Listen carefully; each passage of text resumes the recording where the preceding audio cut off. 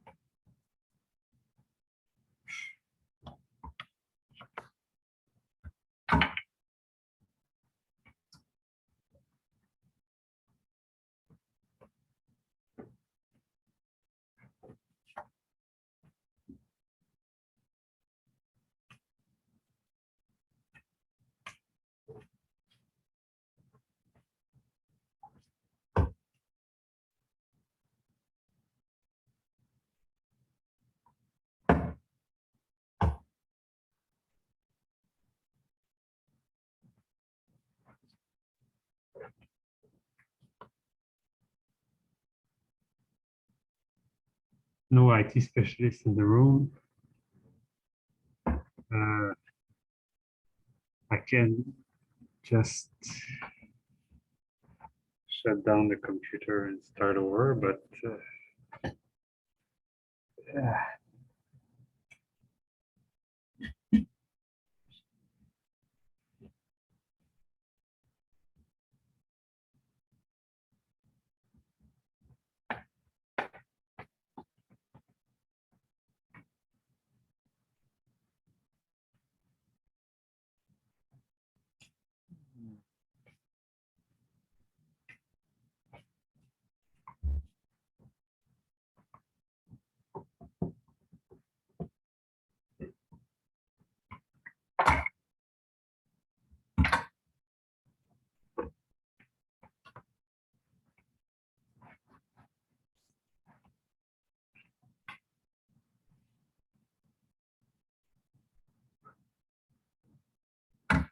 Yes.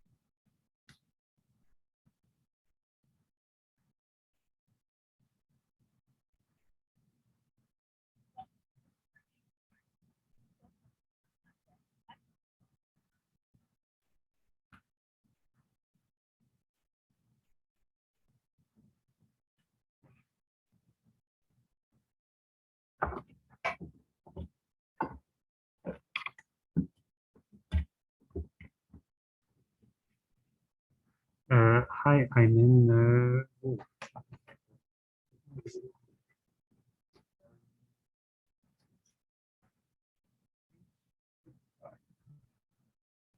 Yeah, and so I like to use scripts, but now the little screen there says run, so it's completely black, and I'm trying to press buttons, and there's nothing happening. Yeah, thanks a lot. Sorry about that.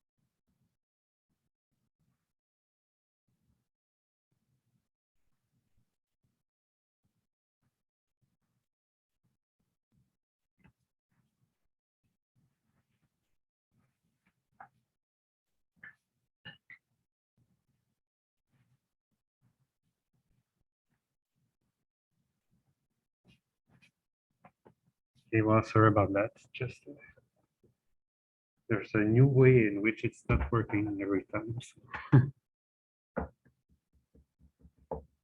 Oh, by the way, so we have realized that the due date for the cost-benefit analysis is coming. It's Wednesday. So there was some ambiguity as to when exactly you have to handle it. So I finish it. So I put the time up to yeah, Wednesday 11:59 p.m. So should be all Wednesday just in checks.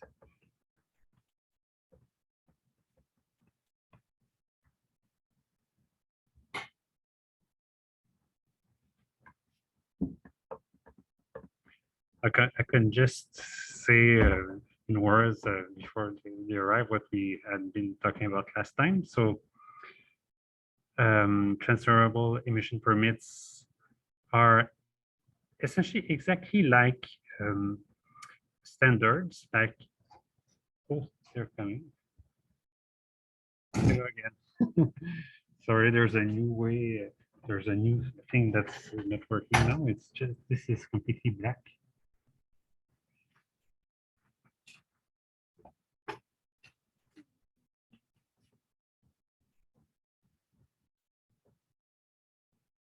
Yeah, no, nothing is happening.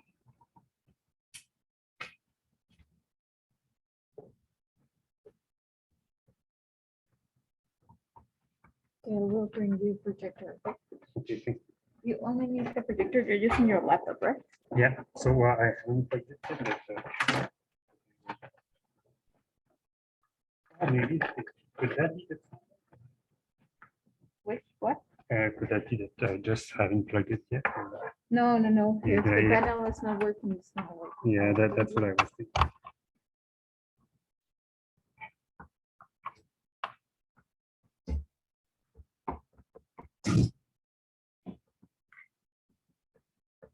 So maybe what, so you don't have your computers, right?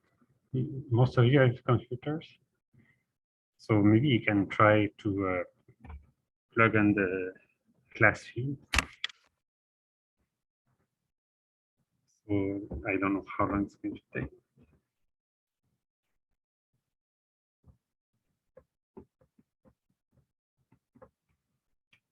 Just like if we'd stayed at home.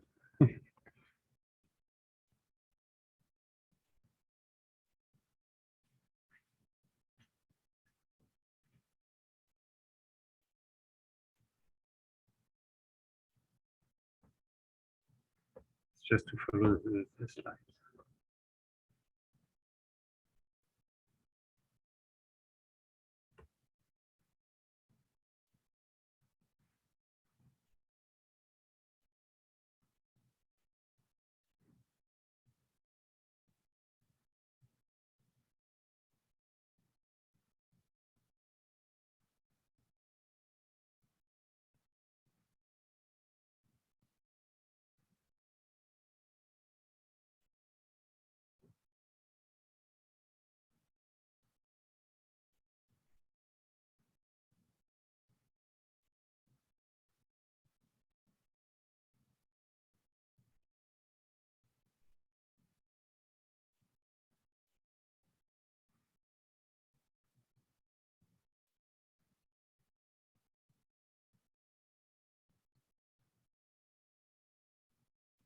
So do you remember the link or? Yeah. Yeah, for the Zoom. Okay. Anyway, so there are three of us, so I'm so I guess one person at home, so it means one of you is connected. Anyways, I'm going to act like if everybody's connected and if you get it at some point. Oh, 4. Good. All right, so yeah, this is what we've been seeing before. So the permits are essentially like standards that at some point people are allowed to trade. So rather than having to face a very expensive standard for me, I'm going to just buy the right to not comply with it and sell that, and somebody else who doesn't mind is going to sell me that right. So then at some point, we're of course going to have we should have equal marginal abatement cost. Yeah, so this I talked a bit last time. So permits can be freely distributed, but freely, that's a big open question as to what is freely distributed, or is it to who is going to receive it. One thing I didn't say last time is that so at the international scale, so say in Europe, then of course every country wants to say, oh yeah, let me distribute a large amount of permits to my own national firms, so that when they start trading, they get more money than the firms in some other countries. So this is, it's going to be true within one country at the local level, but it's also true at the international level. And the efficient thing would be to sell them at auctions, but the thing is with this, it's very complicated to discover what the right price is. So if you're some firm, how many permits are you going to need in the future or right now? You sort of have an idea, but based on your own emissions right now, but it's hard to imagine how high should you pay to get or not. But so if the auction is correctly made or correctly performed, then of course this should be an efficient way of doing it. Yeah. Right. So I was at this point here where we're going to discuss past and present emission permit systems. So yeah, as I've said, the emission permits, like taxes, are slowly becoming more and more popular because they are having lots of success stories to show. And yeah, this one is a big part of it. So acid rains, you may have heard of that before the class or not, but that was a big problem in the 80s and 90s, and then it really started disappearing in the early 2000s. Or it's not by any means disappeared, but it's under control. So it's not becoming worse and worse and worse. So what are acid rains? Well, they're emissions of NOx and SO2 well, by plants, especially coal plants. It's always coal. Really, if we can just get rid of coal, things are just going to be so much better.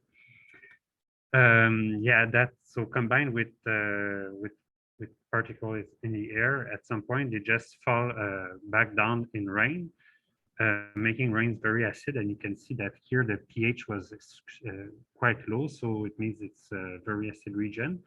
Of course, if it's emitted here, there's no way that it's going to just stop and respect international boundaries. So of course, these were a problem in Canada as well. So it caused the leaves to fall. It caused fishes to die. Even the paint on new cars would just start peeling away because it was too acidic. So it was a very big problem back then. And you see that's recent, quite recent, 1994. That's like it's not an old problem. Yeah. So these are the two problematic emissions. So SO2 and NOx, and yeah, it's caused by coal plants, but other manufacturing processes as well. So yeah, people have started noticing this, especially in the 1970s. And so what did people do about it? Well, in the 1990s, there was, so in many regions of the world, there were legislation, but so in the US, it was the amendment to the US Clean Air Act, which introduced tradable emission permits to reduce the emissions each year by 86 billion pounds. So that was the objective. So, and the projected cost was to eliminate the acid rain would have been projected cost of 1.6 thousand US dollars per ton. And so how well did they do? And so how do you accomplish this? Well, you just distribute a certain number of permits based on how much people are emitting, more or less, and then you just buy back the permits every year. So until you bought back all the permits at the value of the market.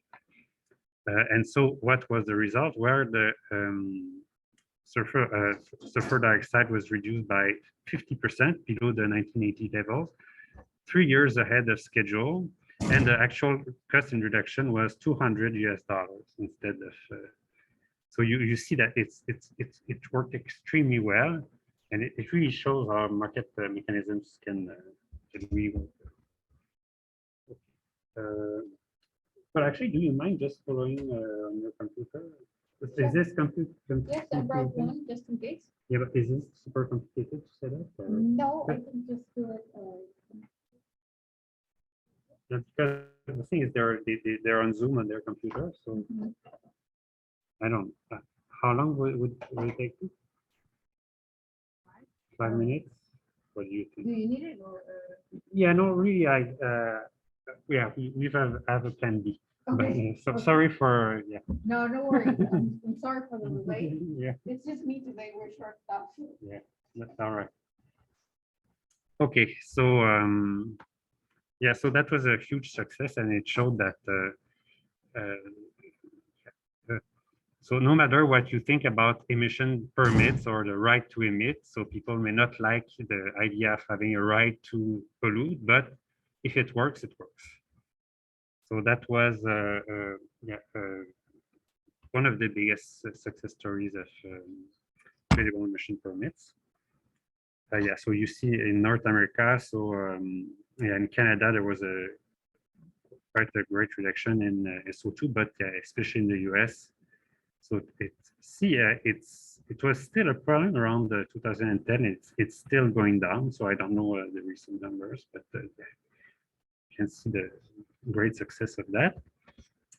For NOx, the reduction was slower, but still it's going down. So it's going in the right direction.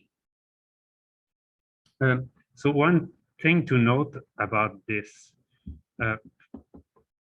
problem. So do you have comments about this? Why do you intuitively would you think it worked so well?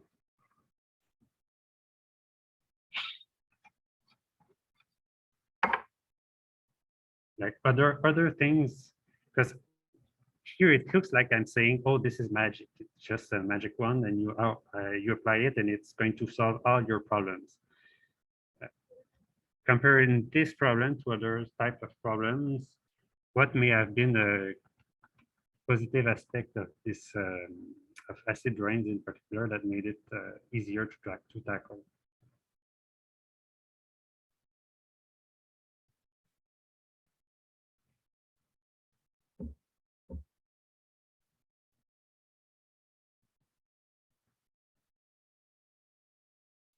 No idea. So I would say two of them. So if you think back about when we were describing the types of emissions or types of pollution, well, two characteristics that made this problem easier to handle. One was it's a local problem. It's not local, but it's regional. So at some point, if say people in Vermont receive acid rain or people in Canada receive acid rain, then they can just go and see their neighbor down south and say, oh, please, it's raining, it's pouring acid on us, do something about it. So at some point, it's much easier to have accountability. Compare that to climate change. So yeah, people in 100 years would pretty much like to have a time machine and come here and say, oh, please stop emitting greenhouse gases because it makes our lives miserable in 100 years, but they cannot do that. So it's that makes it easier. That's one. Second also thing that went well. Like any other problem that was solved, it's there has to be a technical way to shift the chemicals that you're using. So SO2 especially. So this was pretty well captured at the source. So a coal power plant didn't have to stop emitting, but they were able to more or less capture the chemicals that were the culprit. And as you can see, so NOx, it turns out that it's not as easy. So I don't know why. Maybe it's because it's emitted by many different sources that some of which don't have as a easy time to reduce emissions. Or maybe it's because there are not as many substitutes or alternatives that could be that could replace NOx. So I don't know why, but yes, things to note is the mechanism worked well, but yeah, it's local and you have alternatives. That doesn't mean that it's not going to work for climate change. It's just we have to be sober about how big the task is. All right, so going to the actual problem. So climate change. So we have several tradable emission trading systems. One is the EU emission trading system. So that's one of the oldest, if not the oldest, I think, the first region in the world where they started using this for greenhouse gases. So it goes quite far back.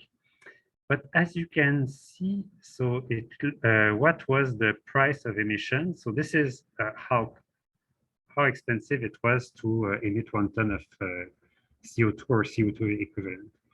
And as you can see, until 2017, 18, it was never extremely high, like 10 euros or 5 euros in that bracket. So if it doesn't cost that much, then in a way, that what does that say? That say about your pollutant? Well, it means that the marginal damage must be somewhere like 5 euros to 10 euros. Maybe that's the case, maybe not. But based on how many permits were distributed and how people needed them, how much economic activity was going on, well, it really looked like it wasn't a big deal. And yet what happens with this system is that it's a quota. So when people want to grow and produce more and emit more, well, they're stuck. And at some point, they're going to really have to fight over them. And that's what started to happen around 2018 and then 2020 and 2022. Here, that's the the very recent war in Ukraine. So as you see, it's gone down quite a lot, but it's going up again. So there's really is a correlation between how much economic activity there is and how expensive it is to buy these permits, because if there's growth, then more people want to produce stuff and they need to buy the permits, and they're stuck. They cannot, as a whole in Europe. So I think it's all the EU countries plus a bunch more.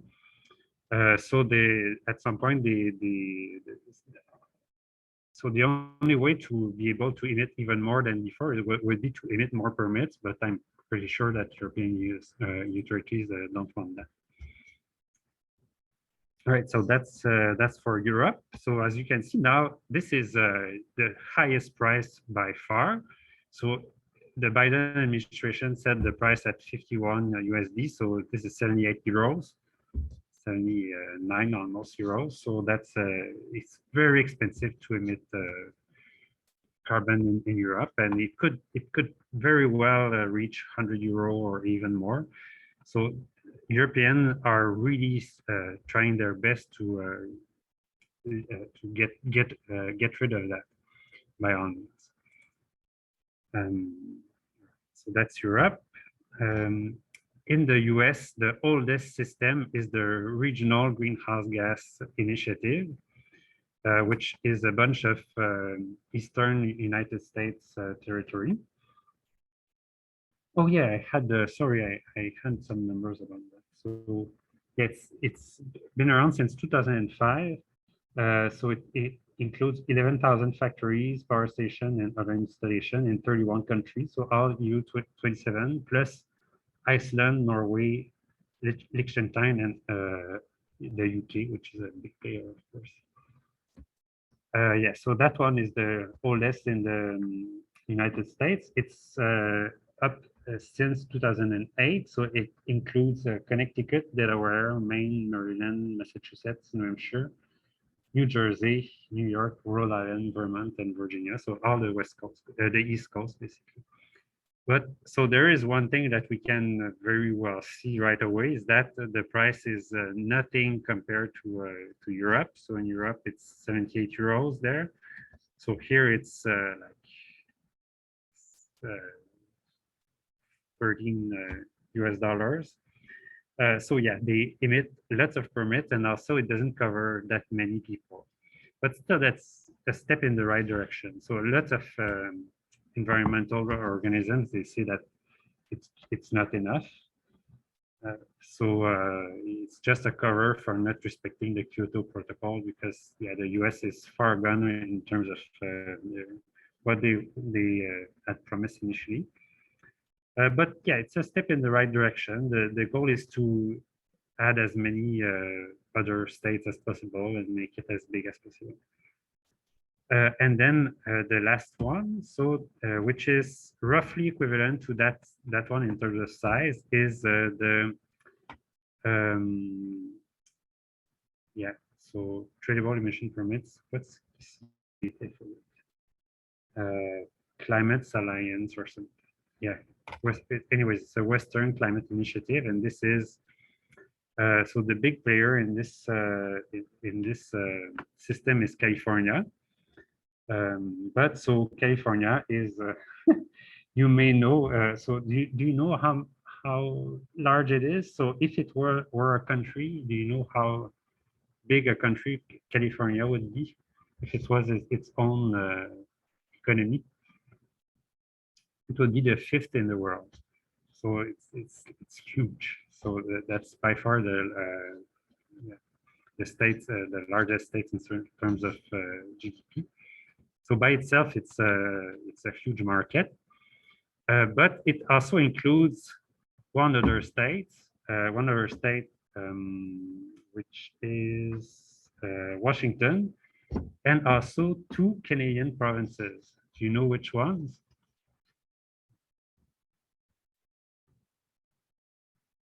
Venture a guess. Yeah, Quebec. Quebec is included into this, and Nova Scotia.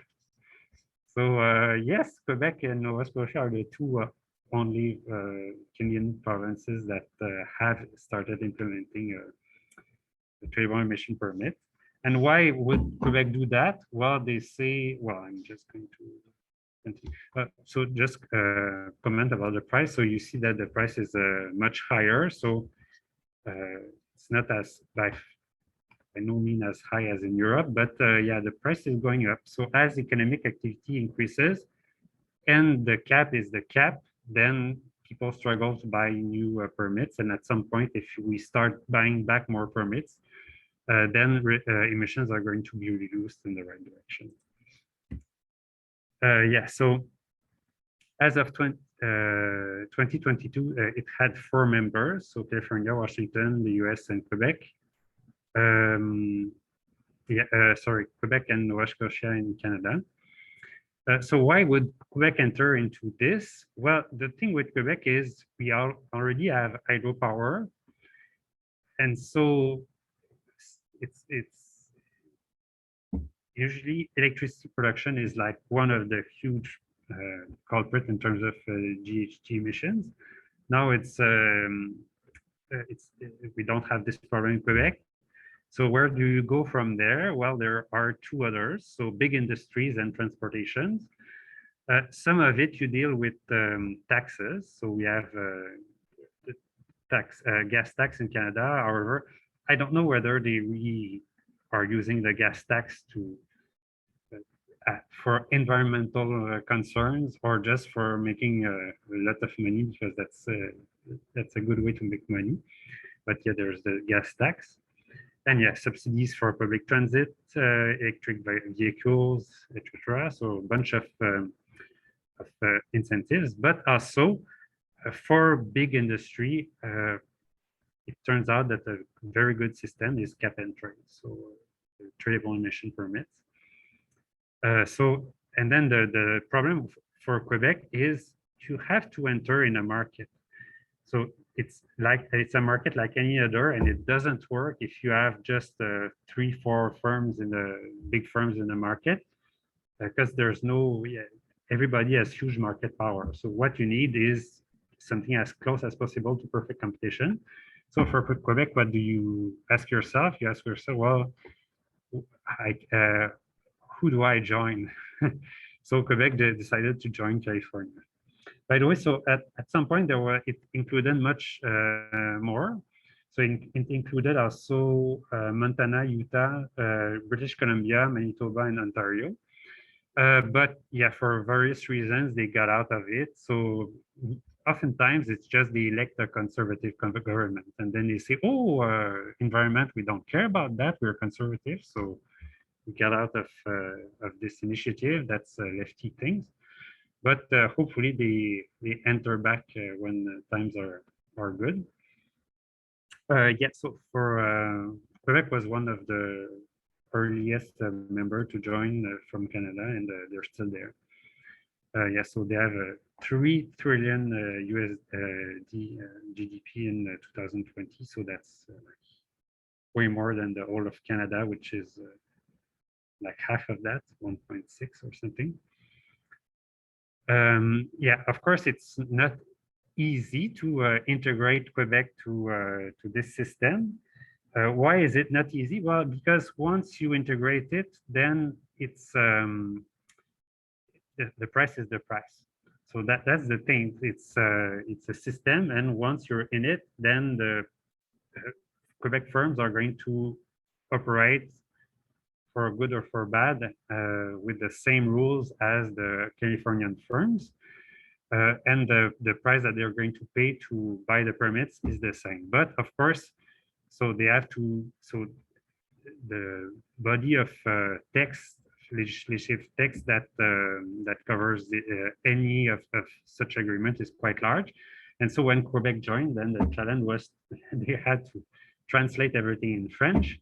And also, if they have two countries with different different currency, well, they have to make sure that it's always possible to buy a permit in Canadian dollars or US dollars.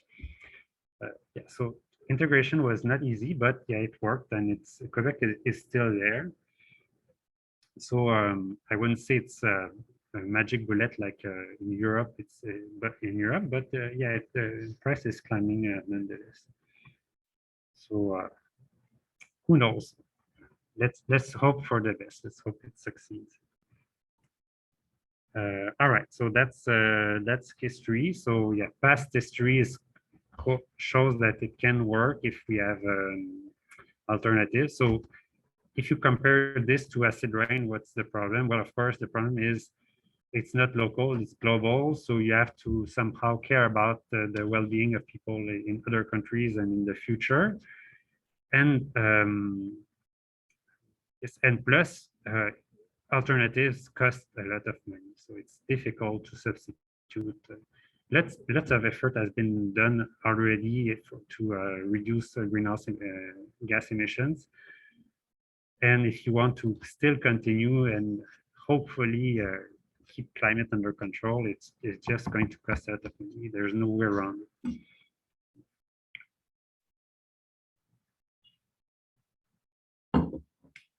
All right. Okay, so let's see how this looks like with our favorite little model. So the MAC-MD model. So assume a tradable emission permit program aiming at reducing emissions by 2 power plants, which have the following emissions. So MAC1 of E1 is 10 minus 2 E1. MAC2 of E2 equals 5 minus E2. So without abatement, E1 would be 10 divided by 2, so 5. And E2 would be 5 divided by 1, 5. And so, yeah. First of all, let's imagine that we don't really have a permit. We more have something like a mandate. And so what's special about a mandate is it doesn't cost anything for firms. So here we can just assume that the government gave them permits for free, but also that, so now the mandate is each firm must emit exactly 2 tons, not more. And so let's see what happens. So does this respect the equimarginal principle? Well, no, simply because MAC1 of 2 is 10 minus 2 times 2, 6. And MAC2 of 2 equals 5 minus 2, 3. So as you can see, firm 1 is paying a very large amount of money because, yeah, to just be able to emit 2 tons. And from firm 2, it's not too expensive. So the marginal rate and cost is just 3. Yeah, so what is the total compliance cost? Well, now you don't have a tax to pay and you have nothing to buy, so it's like a mandate.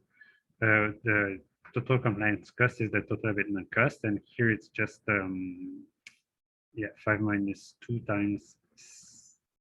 So yeah, I don't know what this computation is if I don't have a graph. So it's here it is. All right, so it's total emission cost, please. It's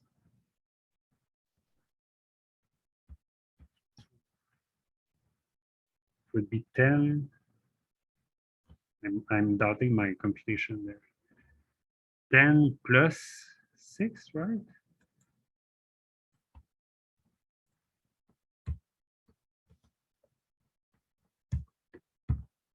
Should be equal to 10.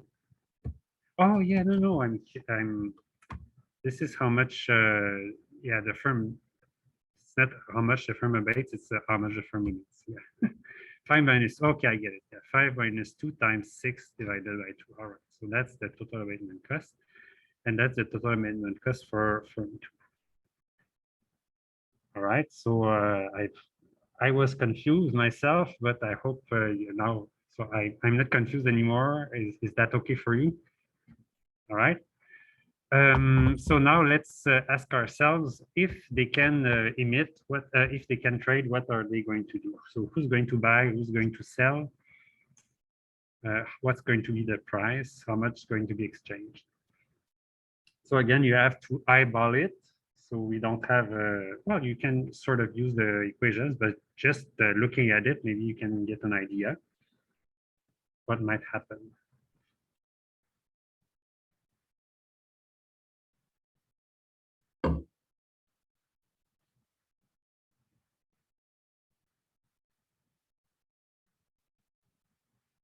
So who's going to want to buy a permit, firm 1 or firm 2?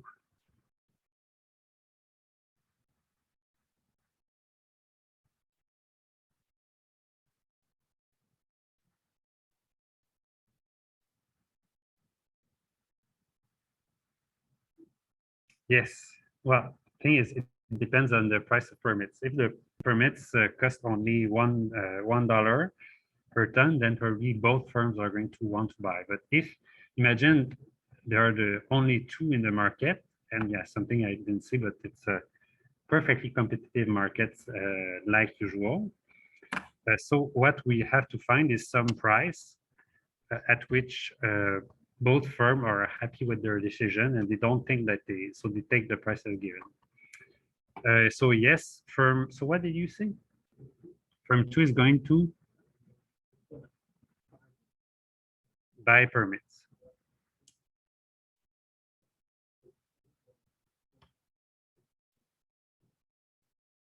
Yeah, so let's back up a bit and ask, so what's going to happen there? So they can trade. So if I'm firm 2, then what's my old assessment of this situation? Well, how much does it cost for me to abate the last unit at a quantity of 2 permits? Well, it costs 3. It's not that bad. Firm 1, how much it costs the firm 1 to abate it at a quantity of 2? It costs 6. So what would firm 1 like?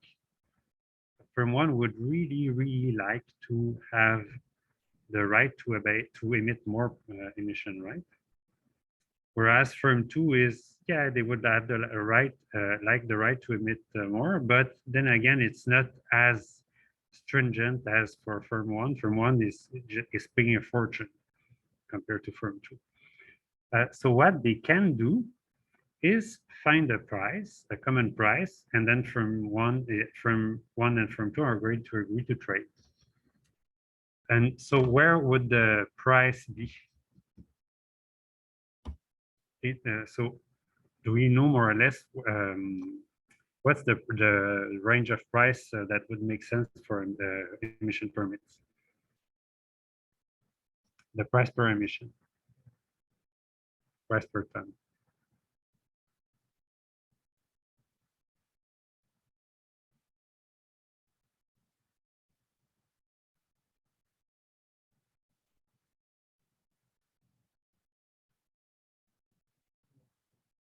Yes, exactly, between 3 and 6.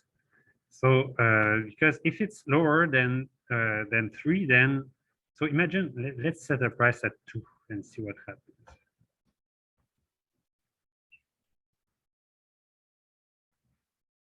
So if we set the price at 2, so it means that how much does it cost to buy an extra permit? Well, it costs only 2. How much does it cost me to abate my last unit if I'm firm 1? It costs 6. So, okay, it makes total sense to buy an extra permit. So let's go to 3 and 4, and probably I would go until 4. So at 4, I would be indifferent between buying an extra permit or abating an extra unit. Why? Because at 4, yeah, I'm just fine. If I then continue and abate until 5, then my marginal abatement cost here would be lower than the cost of buying an extra permit.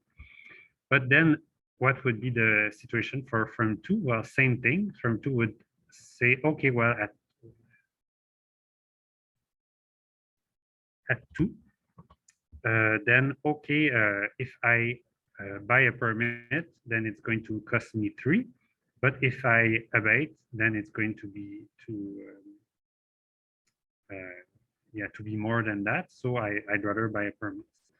So you can see that if the price is below 3, then both of them are going to want to buy permits. So what we have to find is a price that's between 3 and 6, so that they're going to want to trade. And that magic price is 4. So if we set the price at 4, then what's going to happen? Well, firm 1 is going to want to buy exactly 1 permit until their firm 1's indifferent between buying and selling. And firm 2 is going to want to exactly sell 1 permit. Why? Well, because for firm 2, marginal abatement cost is 3, and the marginal income from selling the permit that you would have for selling one of the 2 permits is 4. So it makes sense for firm 2 to sell that permit. Does that make sense? Yes. Okay. So let me ask you some questions. And by the way, so both firms take the price 4 as given. So if the price permits is 4,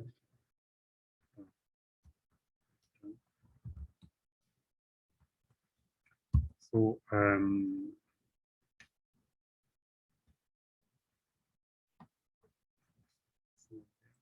Oh, yeah.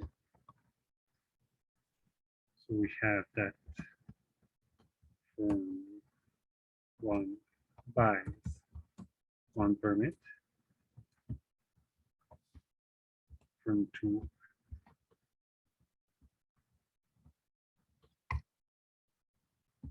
and of course there are the only two people on the market, so from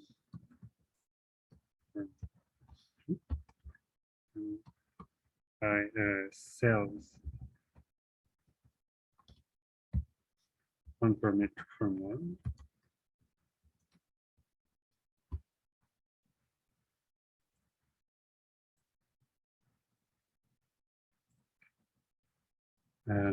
Okay, so how much does so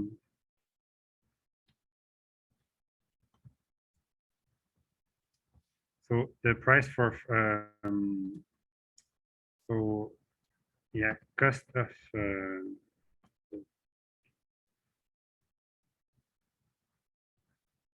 how much money did the firm one spend on buying these permits?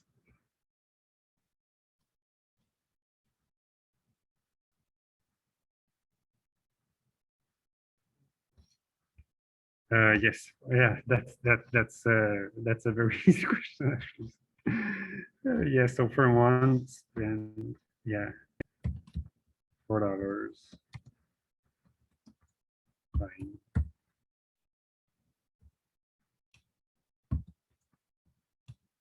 4 times 1 permits from 2. Yeah, and in the end, so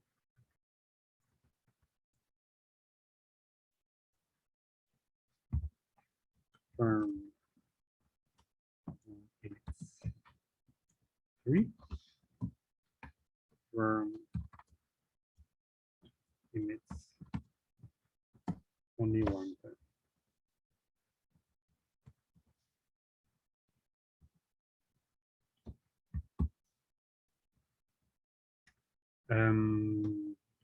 So that's it. And and the marginal abatement cost is of course so MPC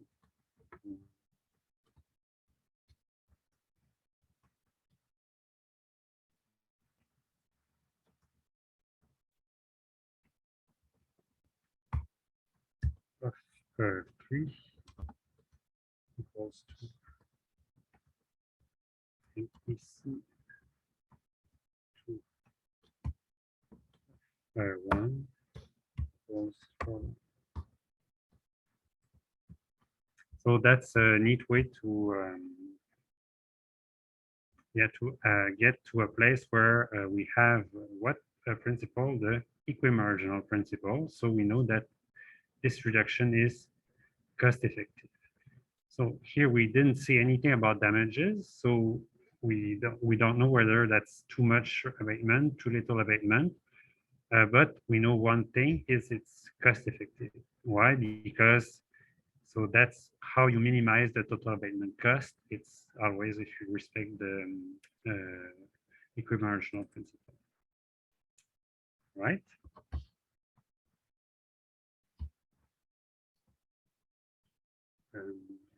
Yeah, so just to sum up, assuming perfect competition, polluters takes the market price per 4 permits as given. So that's why Quebec has to be part of a big market like California. It couldn't just do it with Nova Scotia. That's not big enough. The polluters want to buy pollution permits if the market price is below their marginal abatement cost. They want to sell otherwise if it's above their marginal abatement cost. So since MAC of 1 of 2 is 6, which is larger than 3, then the market price has to settle somewhere between 3 and 6. And so what happens in equilibrium? Well, the price of permits must be such that the market clears. So it's always the same idea in economics.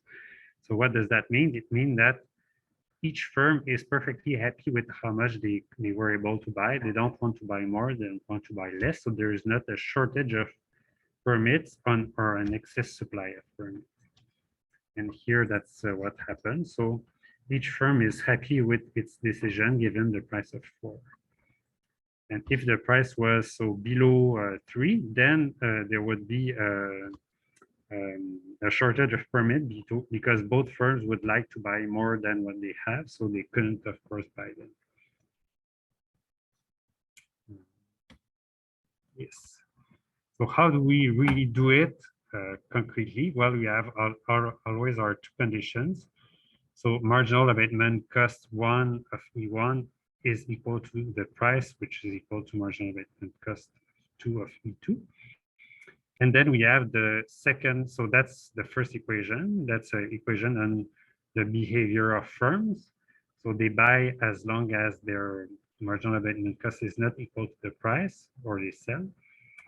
And then the second condition is market clearing condition, so that the total number of permits in circulation is always the same. So here we started with 2 per firm, so it's 2 plus 2 equals 4. So that's the total permit. And so you use these 2 conditions to find the solution.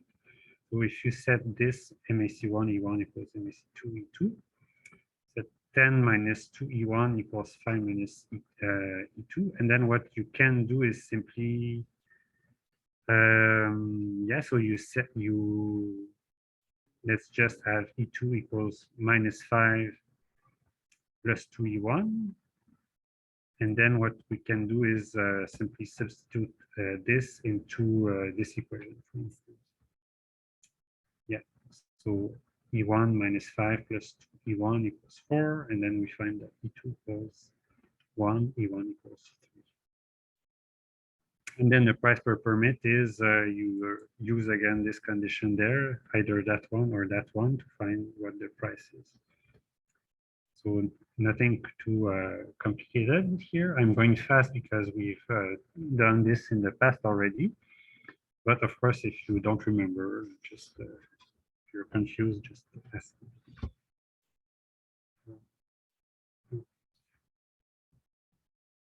So this is the solution. Oh, yeah, something I didn't ask is what was the gain from trade, but yeah, we can see everything quite well here. So what happened there? Well, firm 1, as we said, is going to buy 1 permit. So rather than 2, is going to have 3.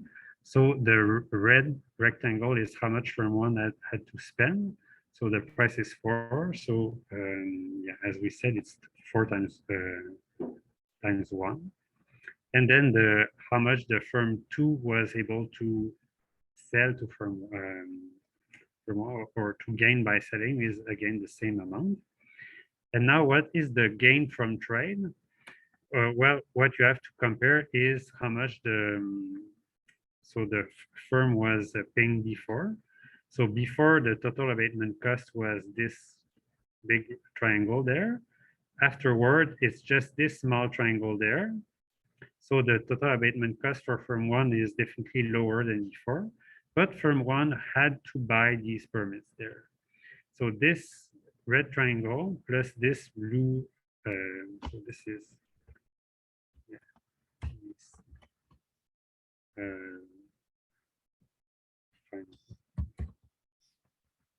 this is, so and the 2 of them is the total compliance cost.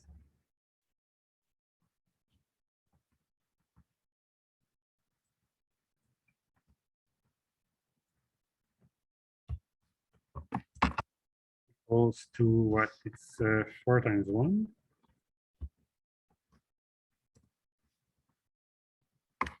plus t.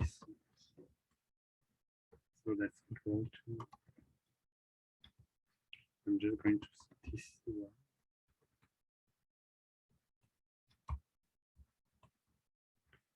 equal to, so this is 5 minus 3 times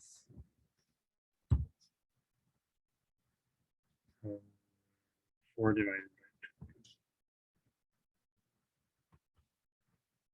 2. So in total, we see that this is equal to, so 5 minus 3 is 2 times 4 divided by 2. So that should be 8. Is that it? Total compliance cost. I think it's 8. And then the gain from trade.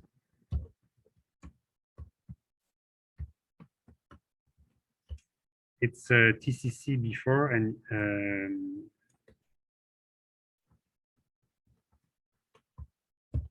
two. Yeah, write it this way. Of emitting 3. So TCC1 of 2 minus.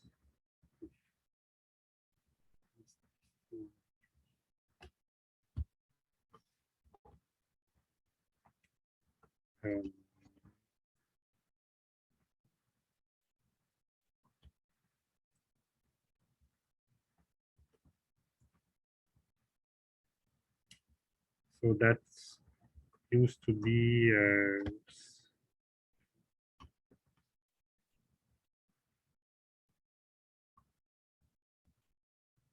so that was 9.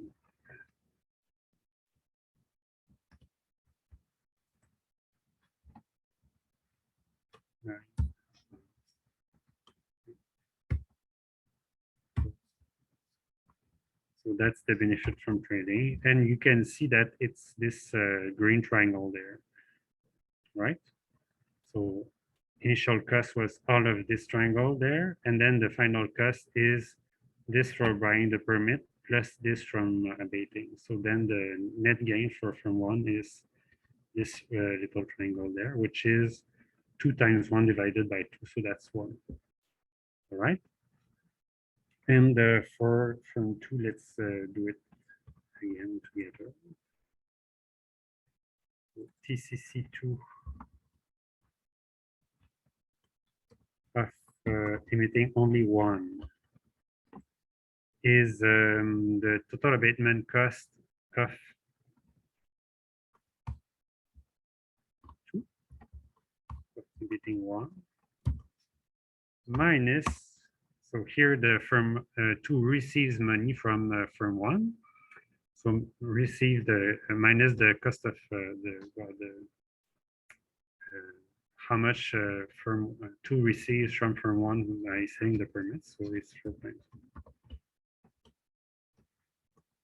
So this is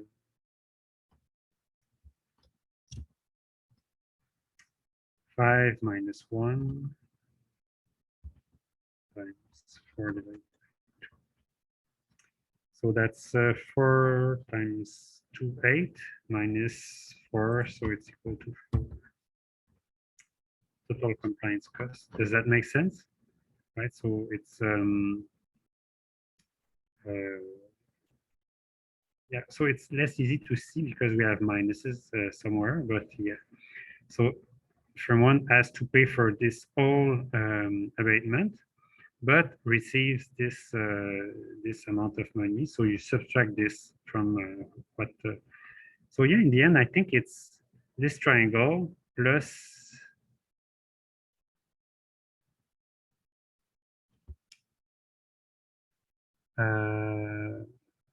Yeah, so this is so that it's this triangle minus this small triangle there. So that's very not easy to do. So it's easier to do it like I'm doing here. Do it, yeah, do it more systematic. And then again, so the gain from trade is TCC. So this is equal to 4, as we said. So here the gain from trade is from 1 emits 1, and before it was emitting 2. Oh, right. So this is, yeah, okay. So it's 2.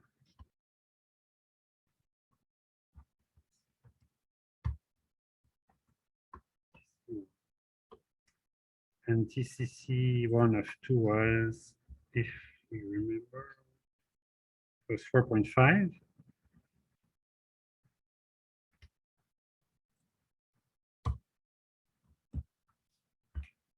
And then -4.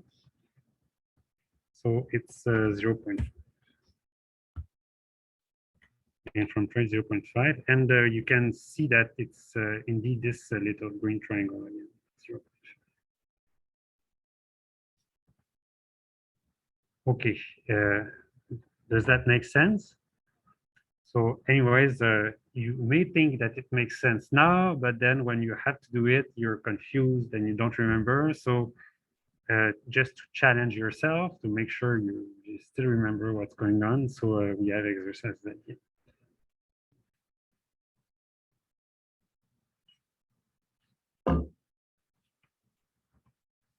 Okay. So just a summary, if permits may be traded, so firm one receives 2 permits, but it buys 1 extra permit from firm 2. Firm 2 receives 2 permits, but it sells 1 permit to firm 1. So the new compliance costs are TCC1 of having 3 permits instead of 2, so that's 8. And TCC2 of 1, just 1 permit, is how much it has to.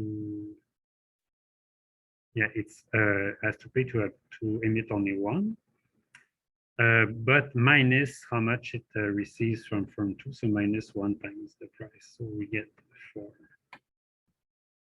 And then the gains from trade for from each firms are TCC1 of 2 minus TCC1 of 3, so 9 minus 8 is 1, and for firm 2 that's 2 minus 1, so that's 4.5 minus 4, 0.5.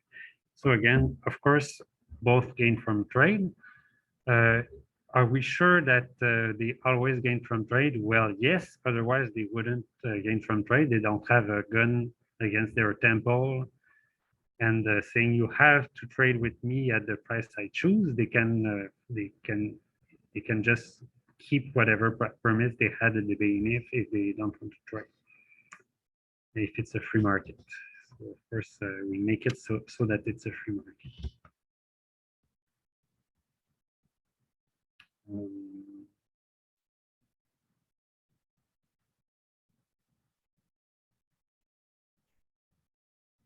Okay, so question just to test your intuition. So what if I have a different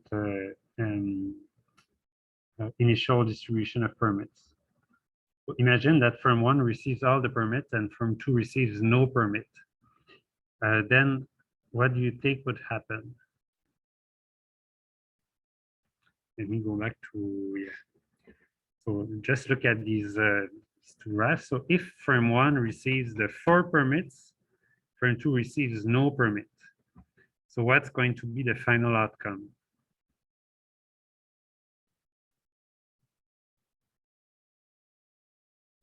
So how many emissions for firm 1 and how many emissions for firm 2?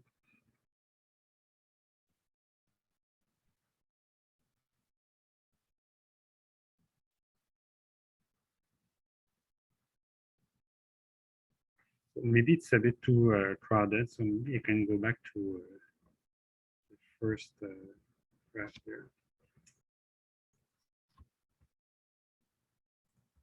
Rather than starting at 2, they start at 4.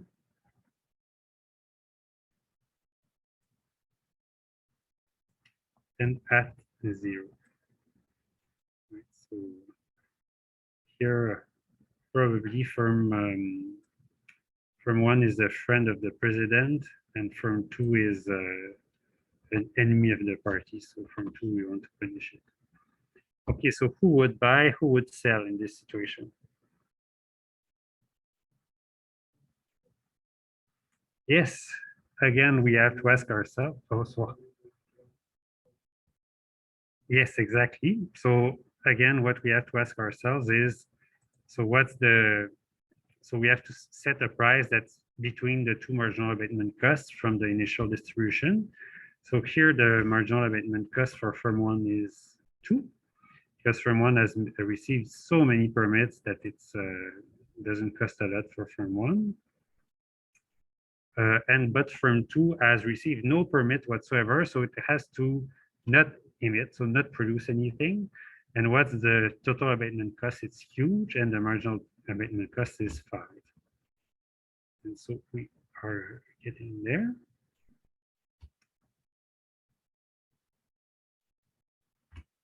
But like the previous case, all we have to find is some price at which both firms have the exact same marginal abatement cost. And this one is not changing, so it's totally invariant to the initial distribution.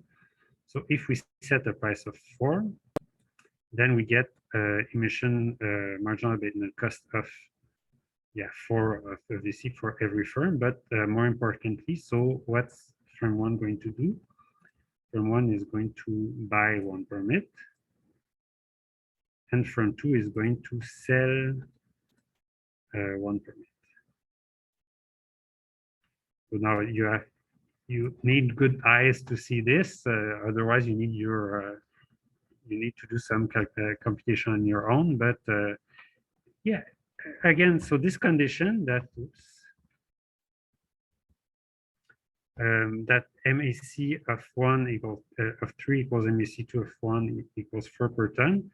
Since we have the same number of permits distributed initially, then it's always going to be respected for given the total number of permits that we have distributed. So yes, in this case, so firm one is going to make money out of firm two, and firm two is going to give money to firm one.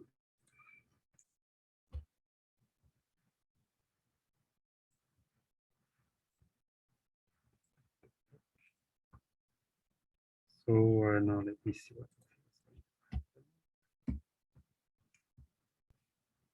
So that's what we just did. Okay, so this is the different initial distribution. So firm one receives 4 permits, firm two receives 0 permits. If they do not trade, then the marginal abatement cost of firm one is 2, and the marginal abatement cost of firm two is 5. So in that case, firm two is going to want to buy permits, and they're going to trade until they both have the same. So this is how much they would pay to abate at the initial distribution. So firm two is in a big trouble financially. And so this is the final situation. So here, firm two buys 1 permit, firm one sells 1 permit. The price is still 4. And the gains from trade is, it looks like it's the same. So I'm guessing that it's the same because it's linear function and we have the same number of permits. And we started with the same discrepancy as before, but yeah, it doesn't need to be the same. So it's just turned out this way with the math. But you can pretty much see that in this situation again, so this is the gain from trade from 2. This is the gain from trade from 1. Yeah, so firm 1 will still want 3 permits. So it's going to sell 1 permit to firm 2. Firm 2 will still want, so it's going to buy 1 permit for firm 1. From 1, and the price is still going to be 4. New compliance costs are, so there's one thing that's changed. Total abatement costs are the same. Why? Because the net emission is the same. But the only difference is that now firm 1 sells the permit and firm 2 buys the permit. So the total compliance cost of firm 1 here is 0. So firm 1 is very happy. It costs absolutely nothing. But for firm 2, it's a lot of, it's 12. And the gains from trade are the same. So even if it's 12, it looks outrageously expensive. But if the firm 2 does not trade, then it's 12.5. So it's even more expensive to not trade at all. So it's better to trade and pay firm 2 to receive. from one to receive them, to receive permits. So they're again better off after trading. Okay, so 3 minutes left. So I guess I'm going to sort of finish with this slide. And then we can finish this chapter next class, and then probably do some exercises for the final. So the final outcome is cost effective. Why? Because it's always cost effective if the marginal revenue cost of 1 and 2 are the same. So it satisfies the equimarginal principle. Emission per trading scheme reveals the market price of emission permits. So that's the nice thing is you just give whatever number of permits you think is good, and then you let the firm trade, and by themselves, since they want to make money and have the lowest compliance cost, they're naturally the market price is going to reveal how much it costs for firms to abate emissions. So it's like a hybrid system between imposing standards and using taxation to reach a target. It's like standards where firms are allowed to respect less or more the standards, but you're sure that globally the market is going to emit just as much as it would if we had a uniform standard set emission. But what's neat is that here really the regulator doesn't have to know the polluter's individual marginal abatement cost. It just to get the right rate. It's just yeah, it's going to emerge by itself. But to have a socially efficient emission target, then you still need some knowledge of the aggregate marginal abatement cost and aggregate marginal damage. This doesn't change.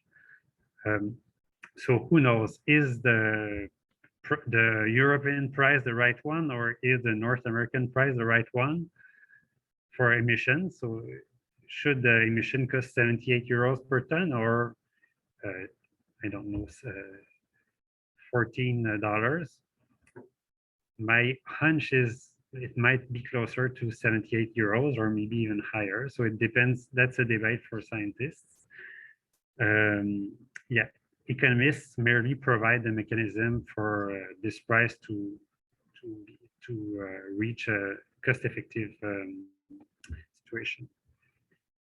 And one just last thing before we finish is this last result, that whatever is the initial distribution, it doesn't matter, it doesn't affect the final result in terms of efficiency or effectiveness.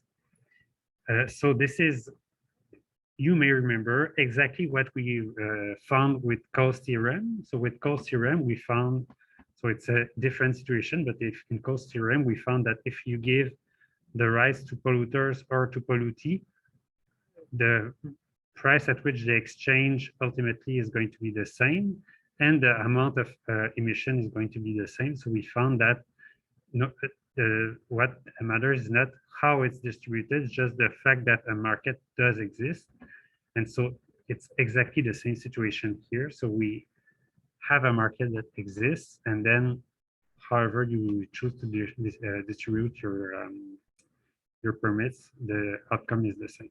So that's why when I wrote, yeah, you can distribute them or you can sell them at auctions, at the end of the day, one is going to make money for the state, one other not, but what matters is how many you distribute as a whole. Okay, so yeah, 10 slides, and then we start the exercise. All right. So sorry for again the this screen. It's getting more and more broken every time. So next time I'm going to check at the beginning of the class whether it's working or not.